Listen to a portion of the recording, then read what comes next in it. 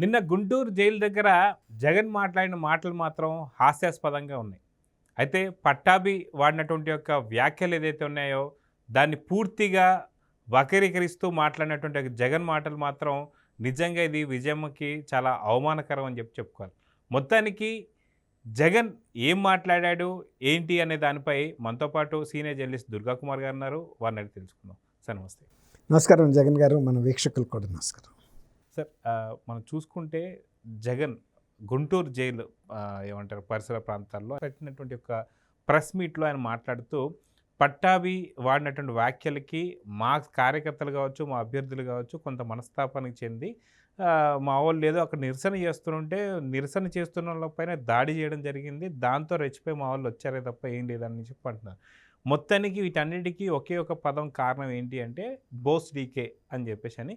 ఆ బోస్ డీకేకి కూడా అర్థం ఆయన లా కొడక అన్నట్టుగా మాట్లాడుతూ వస్తున్నాడు. నిజంగా బోస్ డీకేకి అర్థం ఏంటి? నిజంగా అంతగా రెచ్చిపోవాల్సిన అవసరం వైసీపీ కార్యకర్తలకు ఎందుకు వచ్చింది అంటే మొత్తానికి దాని అర్థం ఏందంటారు? ఇప్పుడు ఒకసారి మనం మతాబు కాల్చేసాం అనుకోండి, దీపావళి మతాబు మళ్ళీ ఇంకోసారి కాలుతుందండి, అది కాలదు కదా, నుషే మిగులుతుంది.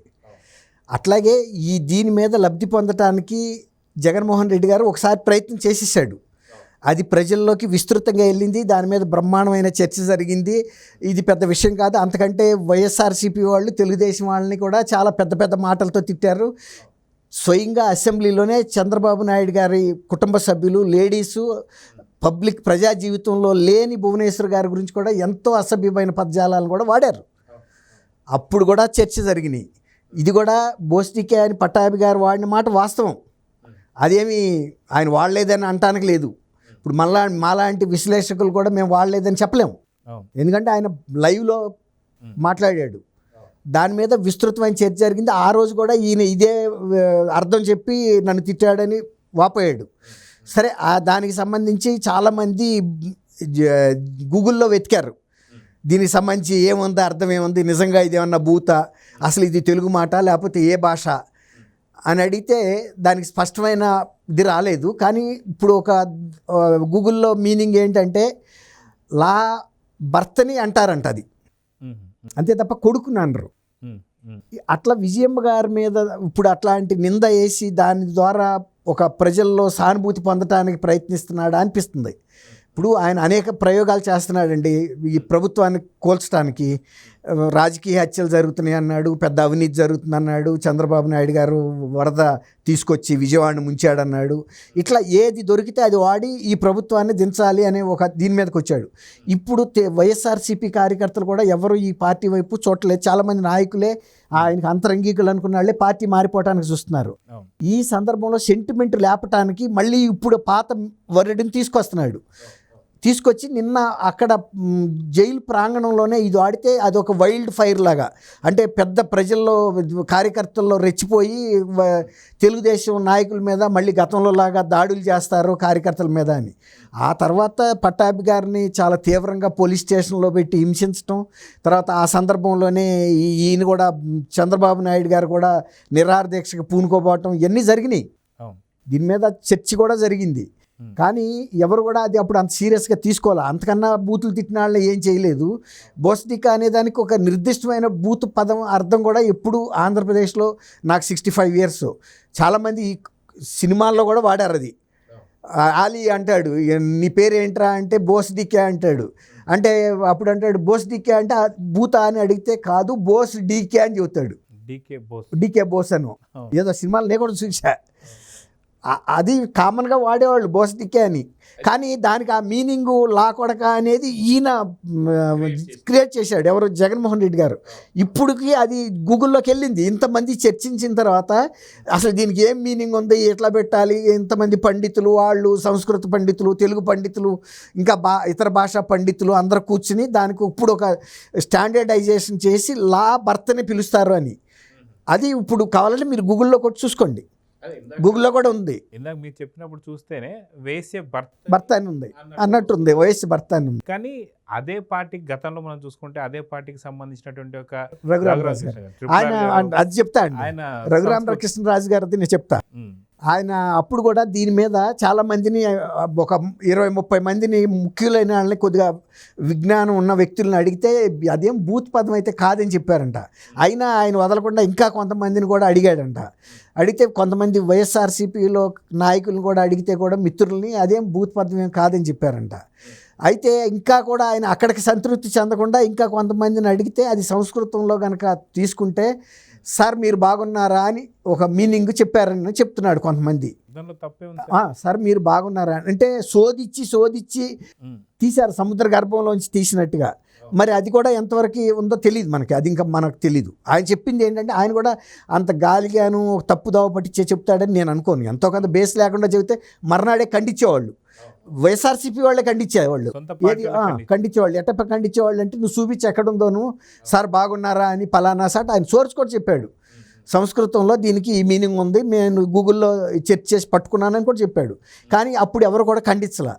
ఇప్పుడు మళ్ళీ ఆల్ ఆఫ్ ఏ సడన్ ఆ రోజు పట్టాభి గారు ఈ మాట అన్నాడని కార్యకర్తల్లో మళ్ళీ రెచ్చగొట్టి మళ్ళీ ఇంకోసారి తెలుగుదేశం కార్యాలయాల మీద నాయకుల మీద దాడి చేయించడానికి ఏమైనా ప్రయత్నిస్తున్నాడా అనే అనుమానం కూడా వస్తుంది.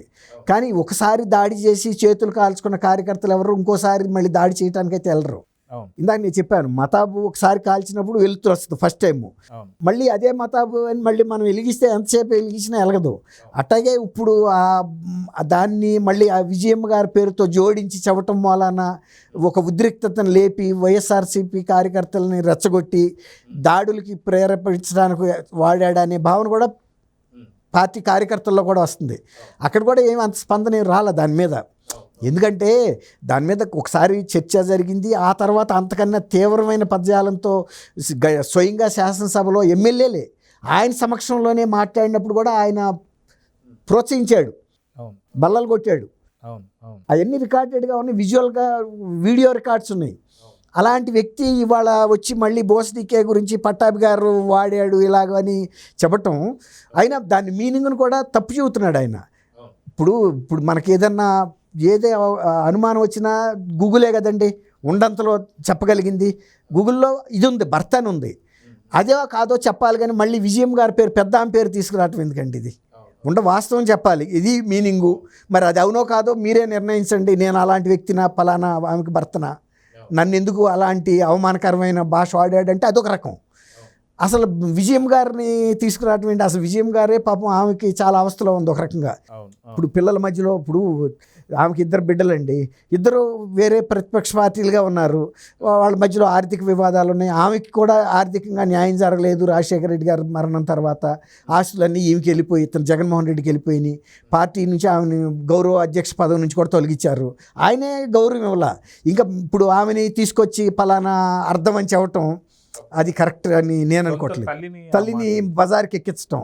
ఇప్పుడు ఆ రోజు నువ్వు ఇంటి దగ్గర రాజీనామా పత్రం తీసుకుంటే పోయేదానికి వేదిక మీద నువ్వు ఒక మహానాడని నీ 5 ఏళ్ల అధికారంలో ఒక్కసారి మీటింగ్ పెట్టి, ఇప్పుడు వరకు పార్టీ ఏర్పడిన తర్వాత అట్లా పెద్ద మీటింగ్ అది ఒకటే, ఆ మీటింగ్ మీదే ఆమెతో రాజీనామా చేయించాలా. ఆ రోజున కళ్ళ నీళ్ళు పెట్టుకుంది. ప్రజలందరూ కూడా బాధపడ్డారు. ఇప్పుడు విజయం గారు అంటే అందరికీ తల్లి లాంటిది, జగన్మోహన్ రెడ్డి గారికే కాదు. ఆమెకు ఆ గౌరవం ఉంది, ఎందుకంటే రాజశేఖర రెడ్డి గారి భార్య ఆమె. నీకు తల్లి కాకముందే ఆమె భార్య కాబట్టి అది ఆ గౌరవం ఉంది. ఇప్పుడు జగన్మోహన్ రెడ్డి గారు ఆమెను ఇంత అవమానపరిచినా ఆమెకు ఒక పదవి ఏదైతే ఉందో రాజశేఖర రెడ్డి గారి భార్యగా, అది ఎవరు తీసేయలేరు. జీవితకాలం ఆ గౌరవం ఆమెకి ఎప్పుడు కొనసాగుతూనే ఉంటుంది. ఎందుకంటే రాజశేఖర రెడ్డి గారికి ప్రజల్లో అభిమానం ఉంది, ఆయనకి భార్య.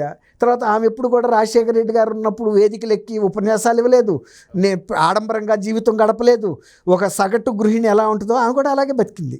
ఇప్పుడు భువనేశ్వర్ గారు ఎట్లాగో ఆమె కూడా అంతే. ఎప్పుడు వీళ్ళిద్దరు బయటకు వచ్చిన వాళ్ళు కాదు. ఆ రోజు భువనేశ్వర్ గారి గురించి కూడా శాసనసభలో వాళ్ళు అలాంటి వ్యాఖ్యలు చేసినప్పుడు అది కౌరవ సభ అని కూడా ప్రజలు అన్నారు. చంద్రబాబు నాయుడు గారు కూడా ఈ కౌరవ సభకు నేను రాను, మళ్ళీ నేను ముఖ్యమంత్రిగానే అడుగు పెడతా అని కూడా చెప్పారు.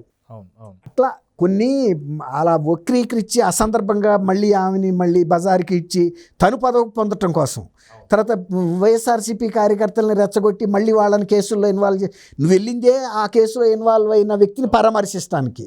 అతను ఒక ఎంపీగా ఉండే ఆయన్ని నువ్వు పరామర్శించాల్సిన దశ వస్తే కార్యకర్తల పరిస్థితి ఏంటి? రేపు కార్యకర్తలు కూడా చట్టం తన పని దాన్ని చేసుకుంటుంది కదా. నువ్వు ఇలా రెచ్చగొడితే వెళ్ళి ఎవరో ఒకళ్ళ మీద దాడి చేస్తారు, కేసు పెడతారు. ఈయన కాబట్టి వెళ్ళావు కానీ ఒక కార్యకర్త అయితే ఆయన వెళ్తాడండి, ఒక ఎంపీ కాబట్టి. ప్రెస్ మీట్ దగ్గర చూసుకుంటే ఎప్పుడైతే బోసుడీకే అనే పదానికి అర్థం ఇది అని చెప్పి మాట్లాడంగానే ఖచ్చితంగా ఇది ప్లాన్లోనే జరిగిందని బాగా అర్థమవుతుంది. ఎందుకంటే పక్కన ఉన్నటువంటి మూకలు ఏదైతే ఉన్నాయో గట్టిగా అరవడం స్టార్ట్ చేసేసి అన్న అన్న అన్న అక్కడేదో జరిగిపోయినట్టు అంటే అక్కడేదో నిన్న మనం అనుకున్నాం కదండి, అక్కడికి వచ్చిన వాళ్ళందరూ కూడా ఈ పేటీఎం బ్యాచ్ అని మీరే చెప్పారు. అసలు వాళ్ళలో ఒక స్టేచర్ ఉన్న వ్యక్తి కానీ ఒక గుర్తింపు గల ముఖం కానీ ఎవరైనా ఉన్నారండి?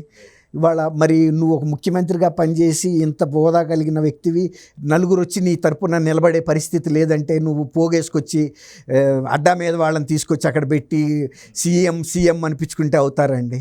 సీఎం అంటే మొన్న బటన్ నొక్కిన ఓటర్స్ ఎవరున్నారో వాళ్ళు నిర్ణయిస్తారు, వీళ్ళు కాదు. నీ పక్కన నిలబడి కేకలేసేవాళ్ళు కాదు కదా. కాబట్టి అది ఒక రకంగా మీరు అన్నట్టు విజయం గారిని పరపతిని ఆమె ప్రతిష్టని ఉపయోగించి ఆమెకి ఎంత అన్నా అప్రతిష్ట అని ఉండి మళ్ళీ పదవికి రావడానికి ఇదేమన్నా నాకు ఉపయోగపడుతుందా అని ఒక వ్యూహం ఒకటి, తర్వాత విఫల ప్రయత్నం. సో చూద్దాం సార్, ఖచ్చితంగా జైలు దగ్గర తను చేస్తున్న వ్యాఖ్యలకి చెప్తున్న అర్థానికి అక్కడ ఎక్కడ కూడా అర్థం పడతాం లేదు. సో చూద్దాం ఏం జరగబోతుంది. నమస్తే. థ్యాంక్ యూ జగన్ గారు, మన వీక్షకులు కూడా నమస్కారం.